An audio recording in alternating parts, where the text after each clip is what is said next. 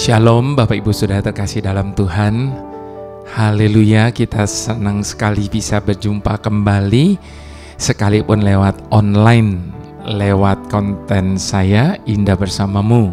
Setiap hari Selasa dan Kamis pada pukul 7 pagi saya selalu hadir untuk menemani saat teduh dari Bapak Ibu Saudara sekalian sebelum kita tenggelam dalam kesibukan tugas tanggung jawab kita sepanjang hari.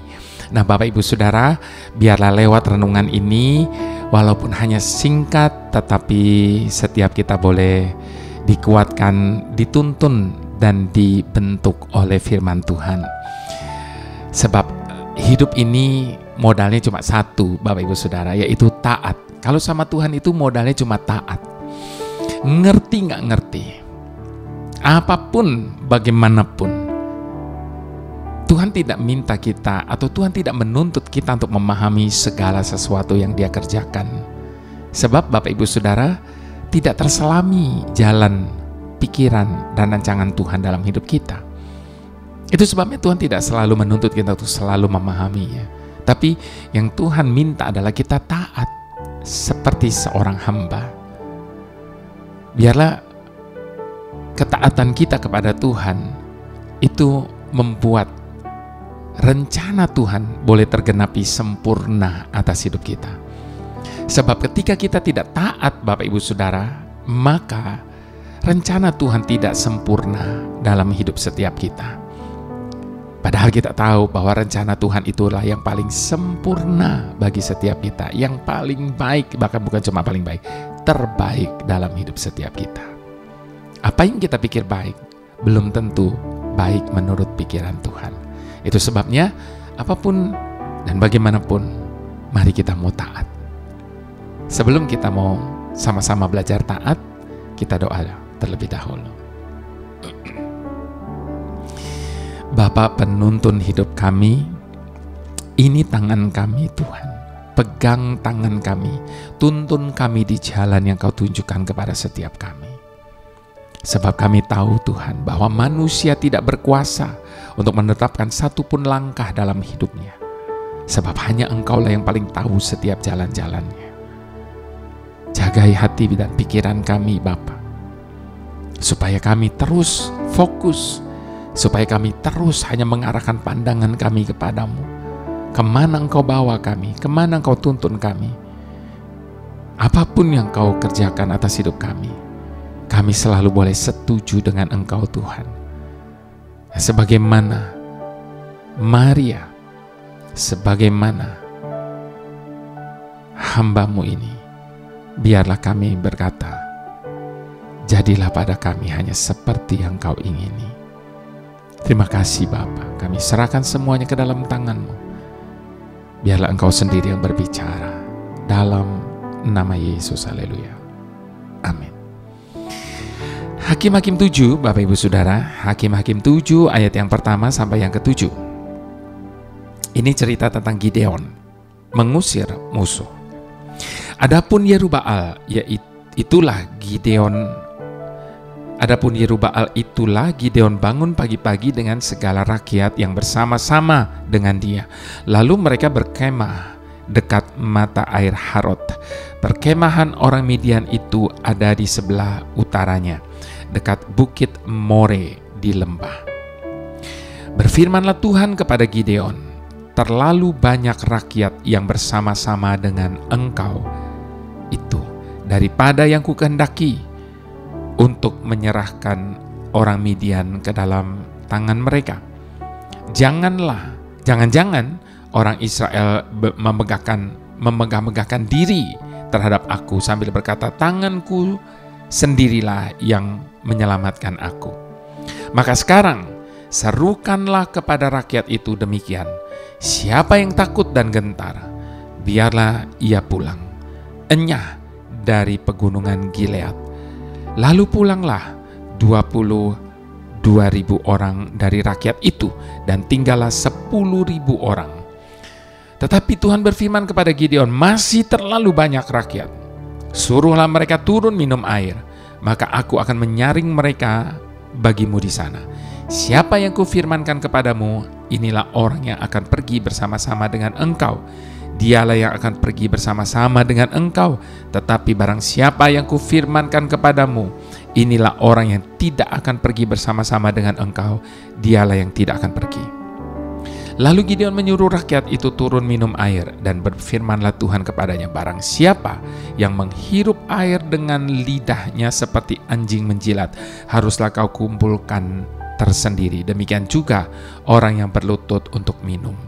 Jumlah yang menghirup dengan membawa tangannya ke mulutnya ada 300 orang, tetapi yang lain dari rakyat itu semuanya berlutut minum air. Lalu berfirmanlah Tuhan kepada Gideon, dengan ke-300 orang yang menghirup itu aku akan kuselamatkan kamu. Aku akan menyerahkan orang Midian ke dalam tanganmu, tetapi yang lain dari rakyat itu semuanya boleh pergi masing-masing ke tempat kediamannya. Ayat yang ke-7 yang terakhir tadi dikatakan, dengan ke-300 orang yang menghirup itu akan kuselamatkan kamu. Aku akan menyerahkan orang Midian ke dalam tanganmu. Bapak Ibu Saudara, di saat-saat senggang saya, sesekali saya nonton Netflix di rumah. Saya ingat Bapak Ibu Saudara, terakhir kali saya nonton di bioskop itu ketika saya nonton Karate Kids yang dibintangi oleh Jackie Chan. Saat saya memilah-milah film di Netflix itu, saya mendapati ada film Karate Kids keluaran tahun 2010 tersebut. Karena sudah cukup lama, maka saya iseng dan kembali menonton film itu. Saya baru memperhatikan ada beberapa hal yang cukup menarik dan merupakan pelajaran dalam film tersebut. Trey Parker, Bapak Ibu Saudara ingat? Telah melihat kehebatan bela diri Guru Han yang dipanggilnya sebagai Mr. Han, yang diperankan oleh Jackie Chan. Sebab itu bocah tersebut memutuskan untuk menjadi murid dari Guru Han, dengan harapan ia akan banyak mendapatkan jurus-jurus kungfu yang dia kagumi dari gurunya tersebut. Namun ternyata satu-satunya jurus yang diajarkan Guru Han kepadanya hanyalah melepaskan jaket, lalu menggantungkannya pada kayu, menjatuhkan jaket tersebut ke tanah, lalu mengambil lagi jaket itu untuk dikenakan lagi. Dan itu diulang-ulang setiap hari. Setelah berbulan-bulan, ia hanya mendapatkan jurus yang ganjil seperti itu. Dan itu membuat Parker kecewa, protes dan marah, sehingga ia memutuskan untuk berhenti dari latihan yang membosankannya itu. Namun, di saat itulah Guru Han mempraktekkan latihan melepas jaket tersebut sebagai sebuah atau salah satu jurus kungfu yang sangat andal. Tidak masuk akal bukan Bapak Ibu Saudara? Ya, tapi namanya juga film. Sangat menarik. Namun di balik semuanya itu ada pelajaran yang sangat berharga yang saya dapatkan melalui film remaja tersebut. Bukankah seringkali kita juga bersikap seperti Trey Parker? Ketika kita menerima perintah Tuhan yang sepertinya tidak lazim untuk kita lakukan, yang sepertinya tidak seperti apa yang kita bayangkan dan harapkan,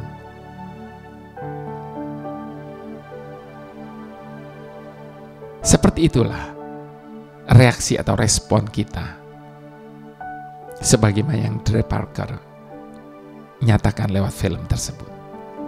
Itu sebabnya Bapak Ibu Saudara, karena sepertinya semua itu tidak masuk akal bagi kita, maka kita memutuskan untuk tidak lagi mau taat.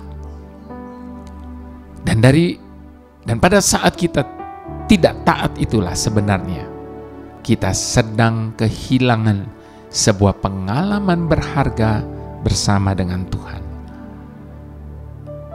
Ada kalanya kita tidak bisa mengerti maksud dan rencana Tuhan. Namun yang terpenting sebenarnya bukan seberapa kita mengerti, tetapi seberapa kita mau taat. Seberapa kita mau taat. Hal itu yang kita pelajari dari firman Tuhan yang kita baru saja baca. Merebut tembok Yeriko dengan cara mengelilinginya selama 7 kali sambil bersorak dan menyanyikan pujian bagi Tuhan, sungguh adalah sebuah strategi perang yang sama sekali tidak masuk akal, tidak lazim. Bagaimana orang berperang hanya dengan berkeliling dan bersorak? Ketika Gideon diperintahkan untuk melakukan seleksi terhadap orang Israel sehingga hanya tersisa sebanyak 300 orang, juga hal yang tidak masuk akal sama sekali. Mengapa? Sebab bagaimana mungkin 300 orang bisa menang melawan ribuan orang? Bapak Ibu Saudara yang terkasih, sekali lagi Tuhan tidak pernah menuntut kita untuk mengerti segalanya. Karena kita tidak akan pernah mampu untuk menyelami jalan pikirannya. Namun Dia hanya meminta setiap kita untuk taat total. Ketika kita mengalami masa-masa berat dalam hidup kita, ada kalanya Dia justru memerintahkan kita untuk melakukan hal-hal yang tidak pernah kita bayangkan sebelumnya. Disitulah sebenarnya ketaatan kita sedang diuji. Apakah kita memilih untuk bersandar kepada pengertian kita sendiri, ataukah kita memilih untuk percaya sepenuhnya kepada Tuhan, sekalipun tidak masuk akal, tetap percaya dengan sepenuh hati kita kepadanya. Sering ku tak mengerti jalan-jalan-Mu Tuhan, bagai di belantara yang kelam. Tanpa 1000 tanya, namun tetap percaya, jejak-Mu Tuhan sungguh sempurna. Sering ku tak mengerti jalan-jalan-Mu Tuhan, bagai di belantara yang kelam. Tanpa 1000 tanya, namun tetap percaya, jejak-Mu Tuhan sungguh sempurna. Ajarku memahami semua yang Kau ingini, agar hidupku puaskan hati-Mu. Bagi-Mu aku rela sepenuh hati menghamba, serahkan diri, genapi karya-Mu. Pujian ini diciptakan oleh pendeta Erastus. Dan ketika saya mendengar pujian ini yang sangat menggugah hati saya, sehingga saya menyanyikan pujian ini dalam salah satu CD saya, adalah satu kalimat, bagi-Mu aku rela sepenuh hati menghamba. Ini adalah bentuk ketaatan yang sesungguhnya, Bapak Ibu Saudara. Kita rela menghamba. Bapak Ibu sudah tahu, hamba itu sudah tidak punya hak lagi atas hidupnya. Sehingga dia tidak bisa protes, dia tidak bisa mengeluh atau apapun itu. Hamba, nunut. Itu sebabnya Bapak Ibu Saudara, miliki hati seorang hamba yang selalu mau taat kepada Tuhan. Sekalipun kita tidak bisa mengerti jalan-jalannya, Namun kita percaya bahwa jalannya sempurna, sedemikian sempurnanya sampai pikiran kita seringkali tidak mampu untuk memahaminya. Nanti sekali lagi kita mau akui di hadapan Dia. Sering ku tak mengerti jalan-jalan-Mu Tuhan, bagai di belantara yang kelam. Tanpa seribu tanya, namun tetap percaya, jejak-Mu Tuhan sungguh sempurna.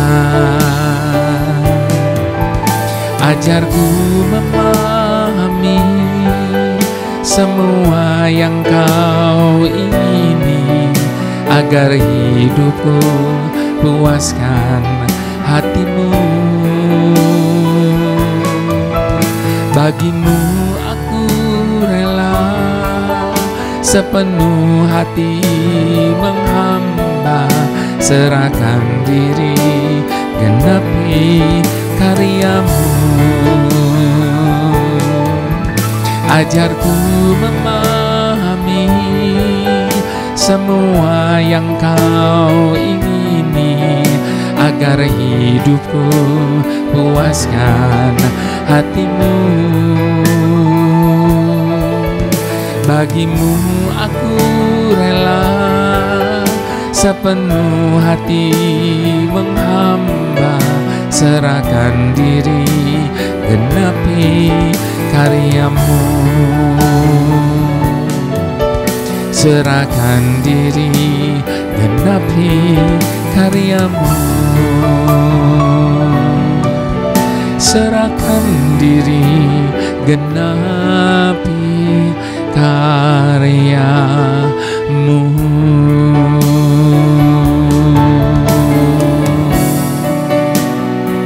Ini hati kami,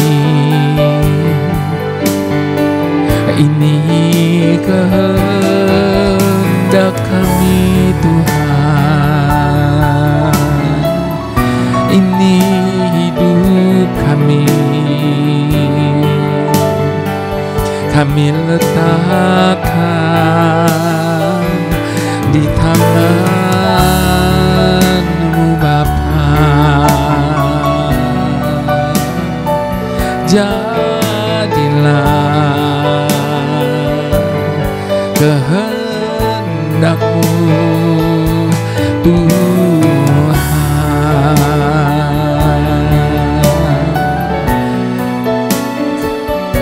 Hanya kepada-Mu kami percaya, kami berserah.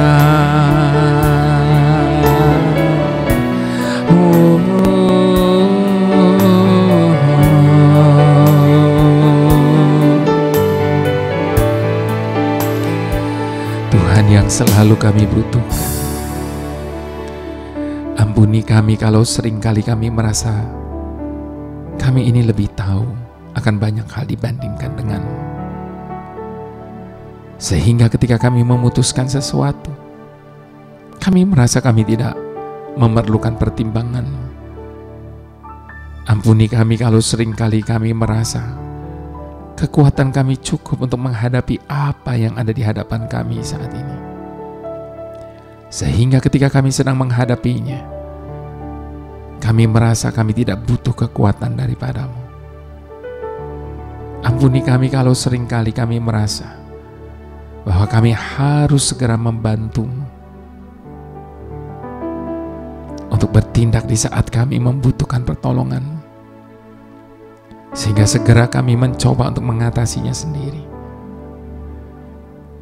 Ya Tuhan, betapa kami sudah berjalan dan bertindak terlalu jauh, sehingga tanpa kami sadari, kami telah kehilangan berbagai saat dalam kehidupan kami, yang membuat kami pada akhirnya menyadari bahwa setiap kami adalah orang-orang yang membutuhkan Engkau lebih dari segalanya, bahkan lebih dari siapapun dalam hidup ini.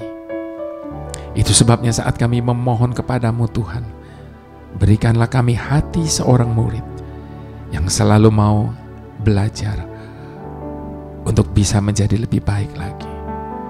Bahkan di saat kami sedang tidak mengerti tentang apa yang sedang Kau lakukan, namun biarlah kami boleh tetap percaya di balik semuanya itu, sesungguhnya Engkau sedang bekerja dengan cara-Mu. Berikan kami hati seorang murid yang mau taat, yang selalu taat pada kehendak-Mu atas hidup kami, agar kami boleh berjalan bersama-Mu dari satu kemuliaan kepada kemuliaan yang lainnya. Mari semua kita yang sama-sama percaya katakan amin.